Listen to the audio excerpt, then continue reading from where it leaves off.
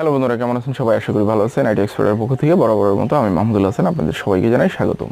আপনি যদি আমার চ্যানেলে নতুন হয়ে থাকেন তাহলে প্লিজ সাবস্ক্রাইব করুন, আর যদি অলরেডি সাবস্ক্রাইব করে থাকেন তাহলে আপনাকে অসংখ্য ধন্যবাদ। বন্ধুরা, আমি আজকে আপনাদের সাথে যেই টপিকটা নিয়ে আলোচনা করব সেটাও অত্যন্ত গুরুত্বপূর্ণ একটি টপিক। আপনারা ভিডিওটি শেষ পর্যন্ত দেখবেন, আশা করি অবশ্যই আপনাদের জন্য ভালো কিছু দেওয়ার চেষ্টা করব।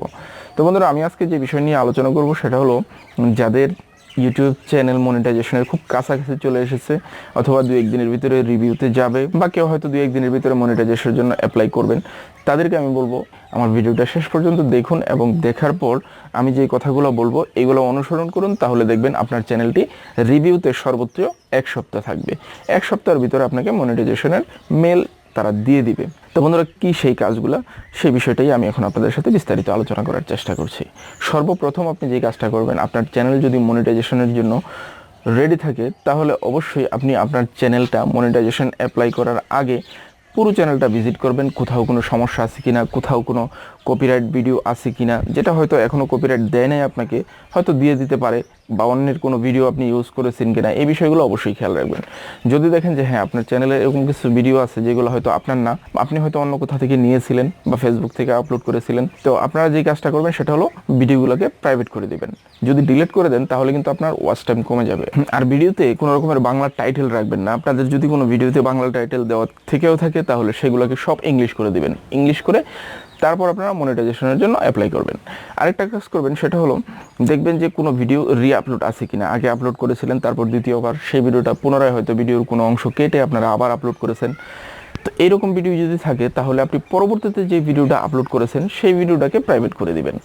আর আরেকটা কাজ করবেন, সেটা হলো আপনারা ভিডিও ট্যাগগুলো ভালো করে চেক করবেন। ভিডিও রিলেটেড ছাড়া কোনো ট্যাগ আছে কিনা, বা ভিডিও বেশি ভিউ পাওয়ার জন্য অন্যরকম কোনো ট্যাগ দিয়েছিলেন কিনা, ওই ট্যাগগুলোকে অবশ্যই ওই ভিডিও থেকে সরিয়ে দিবেন।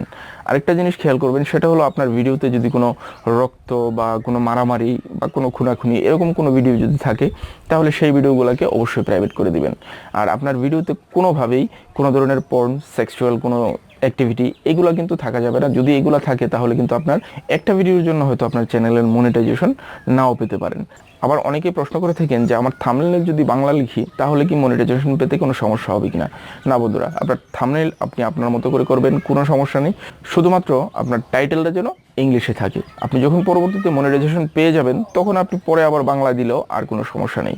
জাস্ট প্রথম দিক দিয়ে খেয়াল রাখবেন, মনিটাইজেশনের আগে আপনার চ্যানেলটা একেবারে সাফ সাফাই করে রাখতে হবে।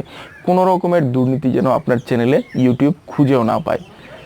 সো এই বিষয়গুলো খেয়াল রাখবেন, তাহলে দেখবেন আপনার চ্যানেল মনিটাইজেশনের জন্য রিভিউতে গিয়েও সর্বোচ্চ 3 থেকে 4 দিন বা সর্বোচ্চ 1 সপ্তাহ লাগবে, তার ভিতরে আপনার চ্যানেল মনিটাইজেশন পেয়ে যাবেন।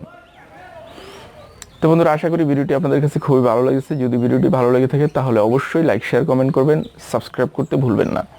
ভালো থাকবেন সবাই, আল্লাহ হাফেজ।